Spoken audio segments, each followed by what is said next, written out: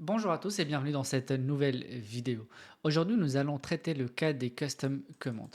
De quoi s'agit-il? Imaginez que dans votre script, vous allez être amené à faire une manipulation d'une manière répétitive, c'est-à-dire que au lieu d'écrire les lignes de code à plusieurs reprises à chaque fois qu'on a envie de faire appel à cette commande, eh bien, on ait la possibilité de stocker cette commande au niveau d'un certain endroit et pouvoir l'appeler d'une simple ligne de code à chaque fois que l'on ait besoin. Dans notre cas, la dernière fois, on avait été amené à utiliser un mot de passe et un username pour les besoins d'une connexion.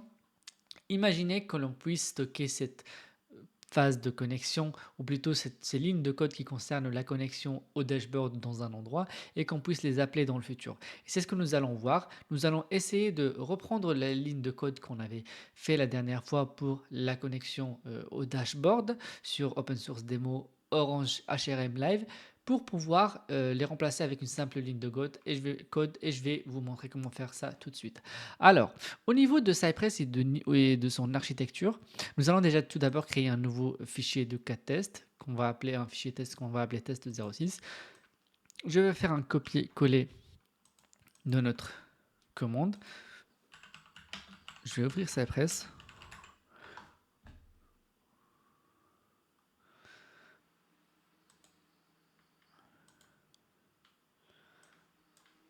Voilà. Ça, c'est le même cas de tout à l'heure. Alors, qu'est-ce qu'il y a? Qu'est-ce qu'il me dit?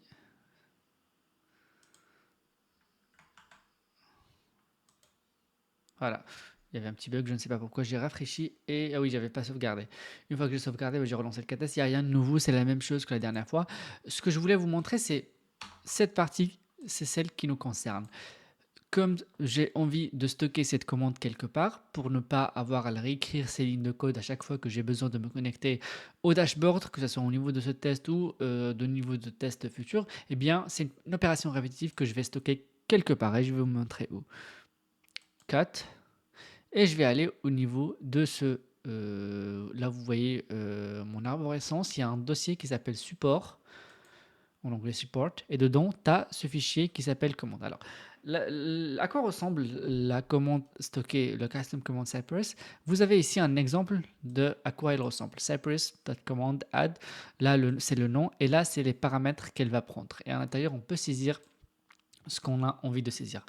Je vais essayer de le reproduire. Cypress.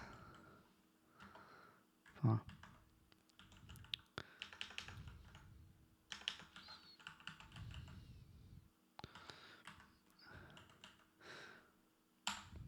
Moi, je vais l'appeler, je vais pas réinventer la roue, je vais l'appeler login. Virgule. Et là, je saisis mes paramètres. Dans notre cas, on est sur un login, donc ça sera un username et un password. Et je vais du coup ajouter ces paramètres-là.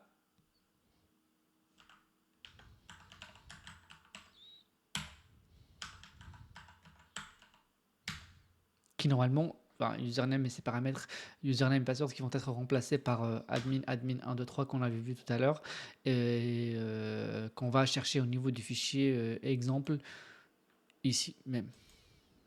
Mais ça, c'est quelque chose qu'on a déjà vu. Et du coup,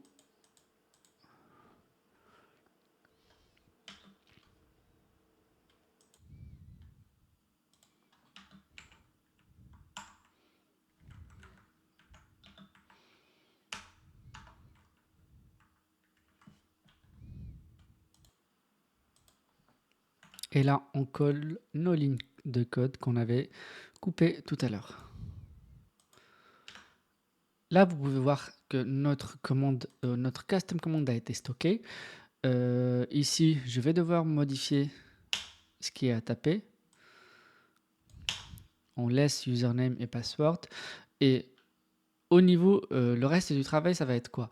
Ça va être appeler cette commande au niveau de notre script et renseigner les paramètres dont on a besoin, en l'occurrence dans notre cas username et password, dont qu'on va aller chercher au niveau de la boucle du hook for each qui est au début du test.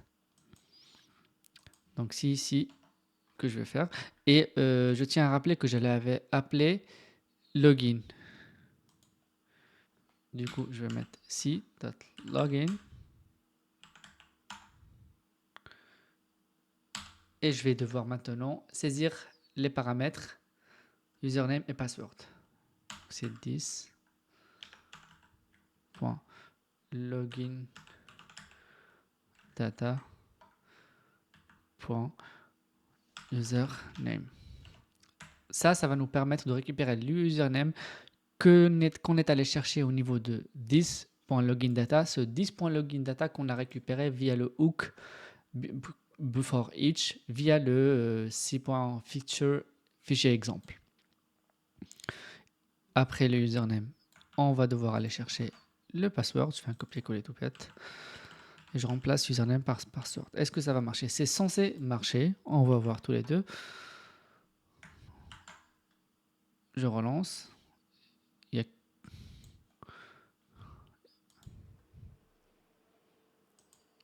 Et on va voir.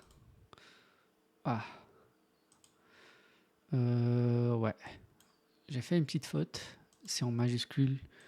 Que doit être Cypress? C'est avec un C majuscule. Je sauvegarde. Je relance ici également. Mais c'est déjà terminé. Presque terminé. Ouais. Du coup, comme vous pouvez le voir, notre script, il est plus léger. Pourquoi? Parce qu'on a stocké la commande ici. Je vais la renommer. Je vais carrément lui donner un nom. Ainsi, à chaque fois que j'ai envie de me connecter au dashboard, j'aurai juste à faire appel à cette custom commande dans mon script et ça y est, le tour est joué. Ça prend pas beaucoup de place et c'est lisible avec un nom et on la paramètre à chaque fois avec les données dont on a besoin. Parce qu'on peut avoir d'autres fichiers de test. Exemple, j'ai un user avec moins de droits ou plus de droits. J'ai juste à modifier le nom du fichier avec le fichier ici. Alors, oui, j'ai juste à modifier le nom du fichier pour avoir les nouveaux données, les nouveaux usernames ou nouveaux passwords. Je pense que vous avez compris le principe. Bien évidemment, cette custom commande, elle ne sert pas uniquement à cette manip de login, ça peut servir à autre chose. Par exemple, dans le cadre d'un site e-commerce, imaginez vous êtes dans un site e-commerce et à chaque fois, vous ne connaissez pas l'ordre dans lequel va s'afficher un tel produit, par exemple un iPhone. Vous pouvez créer une custom commande dans laquelle vous spécifiez qu'il faut aller chercher l'élément qui correspond au nom iPhone et le sélectionner parce que ça peut bouger dans un site e-commerce avec à chaque fois de nouveaux produits. L'ordre peut changer et c'est là où c'est utile d'utiliser ces custom commandes, bien évidemment, en plus du fait que ça allège notre script. Voilà, merci à vous et je vous remercie d'avoir suivi cette vidéo et vous retrouverez comme à chaque fois le support de la formation avec le code au niveau de la description. Merci à vous et bonne journée.